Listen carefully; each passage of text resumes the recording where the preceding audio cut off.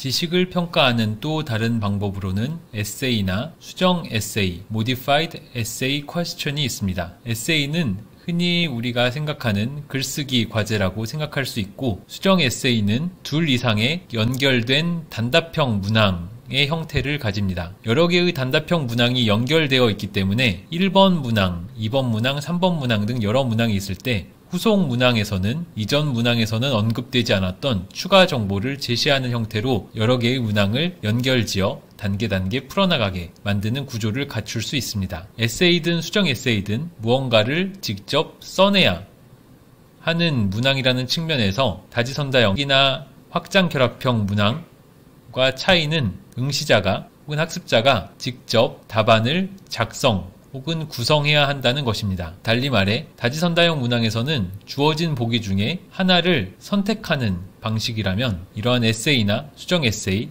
그리고 단답형 문항에서는 자신의 머릿속에 있는 정보를 바탕으로 무언가를 직접 써내야 합니다. 에세이와 수정 에세이는 서로 다른 장점을 가지고 있습니다. 먼저 에세이의 경우에 대해서는 지식뿐만 아니라 어느 정도 학생의 태도와 관련된 부분도 평가할 수 있습니다. 또한 글로 무언가를 써내야 하기 때문에 이 학생의 서면 의사소통 능력이나 기술이 어느 정도인지도 함께 평가할 수 있습니다. 단순히 한두 개의 지식을 암기해서 쓰기보다는 더 긴 글을 써내는 과정에서 지식의 깊이를 평가할 수도 있고, 이러한 문항은 학생에게 친숙한 편이며 문항을 개발하기 용이하다는 점이 출제자 입장에서의 장점입니다. MEQ는 기본적으로 단답형 문항이기 때문에 긴 글을 채점하는 것보다 채점에 훨씬 적은 시간이 소요될 수 있습니다. 답안이 짧기 때문에 채점에 있어서 편향이 발생할 가능성도 상대적으로 에세이보다 낮은 편입니다. 앞서 설명한 것처럼 다지선다형 문항에서는 보기 중에 정답을 인식, 레코그니션 하는 데에 기반하는데, 여기서는 정답을 구성,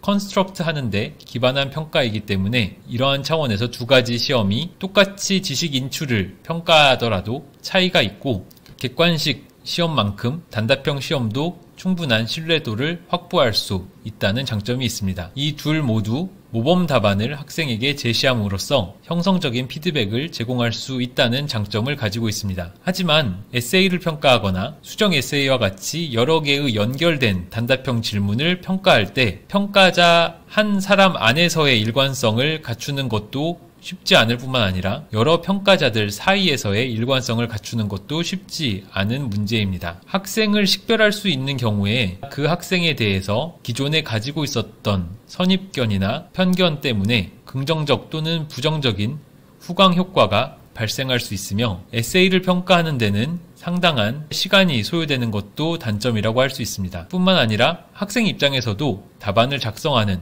에세이를 작성하는 시간이 상당히 오래 걸리는 것도 이러한 평가를 활용할 수 있는 상황을 제약하는 요인 중에 하나가 됩니다. 에세이를 통해서 서면 의사소통 기술을 평가할 수 있다는 것을 장점으로 꼽았으나, 반대로 서면 의사소통 기술 자체가 평가의 초점이 아닐 경우에는 이는 평가의 타당도, 발리디티를 저해시키는 요인이 됩니다. 애초에 평가에서 의도한 것을 평가하지 못하게 되는 것입니다. 어떤 학생이 서면 의사소통 기술이 매우 뛰어나서 실제로는 지식이나 태도가 그다지 바람직하지 않음에도 불구하고 마치 잘 쓴 것처럼 보일 수도 있고, 반대로 어떤 학생은 가지고 있는 지식이나 그 깊이 그리고 태도가 뛰어남에도 불구하고 그것을 글로 풀어내는 능력이 부족해서 정당한 평가를 받지 못하는 문제도 마찬가지로 생길 수 있습니다. 따라서 이러한 에세이나 수정 에세이와 같은 에세이 중심의 평가를 할 때 있어서 신뢰도와 타당도를 높이기 위해서는 아래와 같은 부분을 고려할 필요가 있습니다.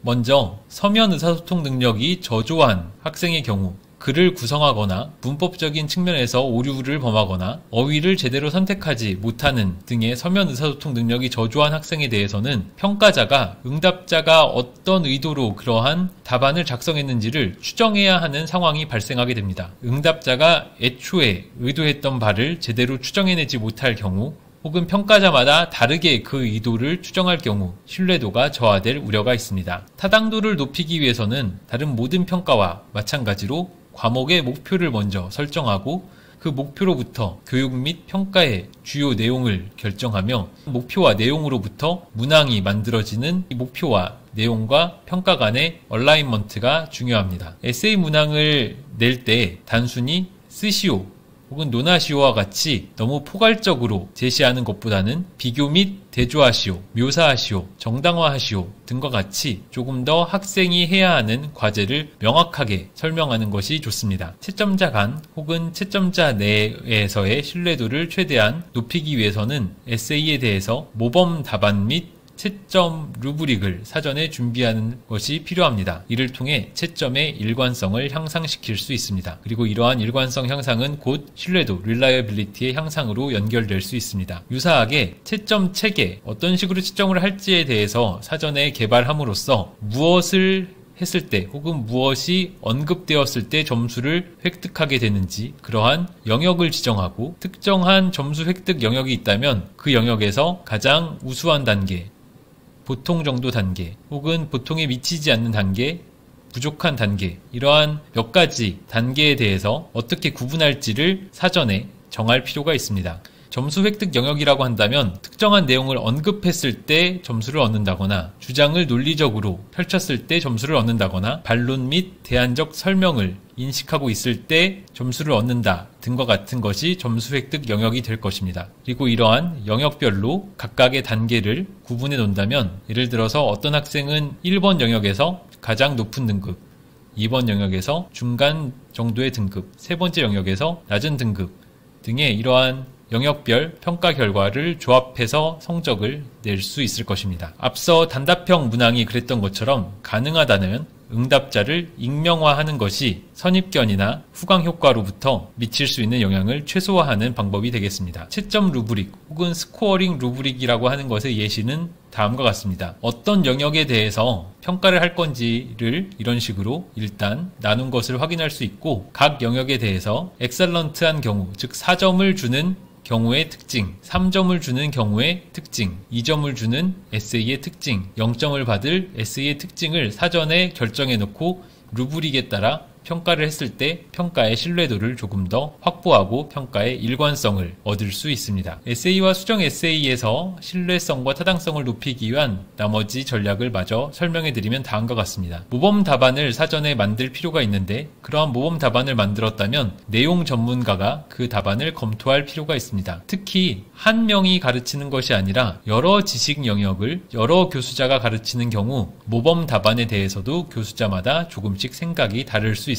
따라서 여러 명의 채점자가 채점을 할 때 혹은 이렇게 여러 명에 나눠서 가르쳤을 때는 모범 답안에 대해서도 어느 정도 합의된 결과가 필요합니다. 시험이 여러 부분으로 이루어져 있을 때는 다른 부분과 에세이 및 모디파이드 에세이 퀘스천 문항을 독립적으로 채점하는 것이 좋습니다. 이래야만 다른 부분에서의 평가 결과가 에세이 문항의 평가 결과에 영향을 주는 것을 최소화할 수 있습니다. 단답형 문항에서 언급했던 것처럼 한 번에 하나의 에세이 혹은 MEQ 문항만 모아서 채점하는 것이 좋습니다. 한 학생이 제출한 여러 개의 문항을 한 번에 채점할 경우에 이 학생의 이전 문항에서 형성된 채점자의 인식이 그 다음 문항에 줄줄이 영향을 주어서 각각을 독립적으로 평가받기보다는 여러 개의 답안이 이 학생에 대한 인식에 모두 영향을 받을 가능성이 있기 때문입니다. 따라서 단답형 문항에서와 같이 한 질문에 대해서 모든 답을 한 사람이 동시에 채점하는 것이 신뢰도 측면에서는 가장 바람직하다고 할 수 있겠습니다. 다시 한번 설명드리면 1번, 2번, 3번 문항에 대해서 A, B, C, D 학생의 답안이 각각 있다고 했을 때 1번 문항에 대한 모든 답을 한 명의 채점자가 가급적 한 번에 다 채점하는 것이 조금 더 신뢰도를 높일 수 있는 길일 것입니다. 이렇게 채점을 한 다음에는 일부 답안만 재확인하는 것도 좋습니다. 그래서 4명 A, B, C, D 학생의 채점을 마친 뒤에는 이 중에 한 명을 임의로 혹은 선택적으로 뽑아서 내가 과연 이 여러 명의 학생을 채점하는 과정에 일관성 있게 하였는지를 검토하는 수단으로 사용할 수 있습니다. 마지막으로 이러한 에세이나 수정 에세이 평가가 총괄적 목적이 아니라 형성적 목적을 가진 평가라면 학생들에게 모범 답안을 제공하거나 학생들이 흔히 범하는 오류에 대해서 피드백을 줌으로써 이 시험을 혹은 에세이를 작성한 과정이 학생의 성장과 발달, 개선에 도움이 되게끔 활용할 수도 있을 것입니다. 구술시험 역시 학생의 지식을 평가하는 방법이 될 수 있습니다. 구술시험의 장점은 에세이 시험과 마찬가지로 학생의 지식뿐만 아니라 태도도 평가할 수 있다는 것입니다. 학생들이 말을 통해서 자신의 이해하고 있는 것, 그리고 지식의 적용이나 통합,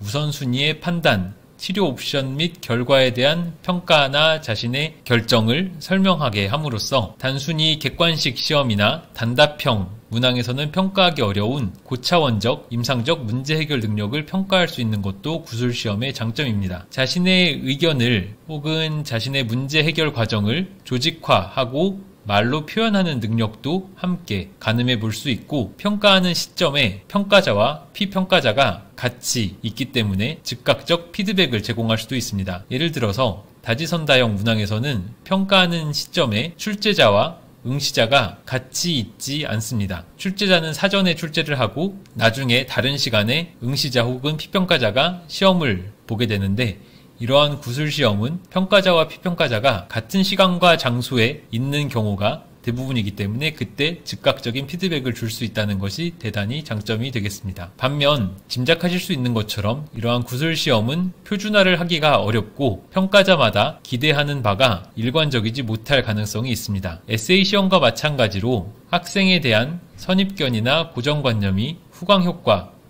긍정적 혹은 부정적으로 영향을 줄 수 있으며 하나하나의 평가를 진행하는데 상당한 시간이 들기 때문에 여러 가지 넓은 범위의 내용을 커버하는데도 어려움이 있습니다. 구술시험을 보기 위해서는 학생에게는 구현과 언어 능력이 필요하다는 것도 단점이 되어서 구현 및 언어 능력이 충분하지 못한 학생은 의도하지 않은 낮은 평가를 받을 수도 있습니다. 일반적으로 흔히 많이 사용되는 평가가 아니기 때문에 친숙도가 낮아 학습자의 불안감이 높아질 수 있으며 채점에 어느 정도 시간이 소요되는 것도 구술시험의 단점이 됩니다. 하지만 이러한 단점을 보완하기 위해서 몇 가지 방안이 있는데, 첫 번째는 평가자를 적절히 사전에 훈련하는 것입니다. 비밀관적인 기대치가 문제가 될 수 있지만 여러 면의 평가자가 어느 정도 일관된 기대를 가지고 사전 훈련을 통해서 비슷한 평가 서식과 기준에 따라 평가한다면 충분히 신뢰도를 확보할 수 있습니다. 평가의 신뢰도를 높이는 방안으로는 다수의 평가자를 활용하는 것, 즉 한 명이 평가를 다 하는 것이 아니라 여러 명이 평가를 하는 것도 방법이 될 수 있고, 비록 내용을 커버할 수 있는 범위는 좁지만 그만큼 중요한 내용에 초점을 맞춰서 국지적인 내용이 아니라 학생이 정말 꼭 알아야 하고 대답할 수 있어야 하는 내용에 초점을 맞추는 것도 이러한 평가의 신뢰도와 타당도를 높이는 전략이 되겠습니다. 평가자를 훈련하는 것뿐만 아니라 여러 명의 평가자가 평가하더라도 어떤 문항의 내용과 채점 서식 자체가 표준화되어 있다면 평가자가 바뀌어도 일관된 평가를 유지할 수 있고, 충분한 시험 시간을 확보함으로써 학습자가 혹은 피평가자가 자신의 의견을 충분히 보여주고 능력을 입증할 수 있는 기회를 줄 수 있습니다. 다른 많은 평가와 마찬가지로 모범 답안과 채점 기준을 사전에 개발할 필요도 있습니다.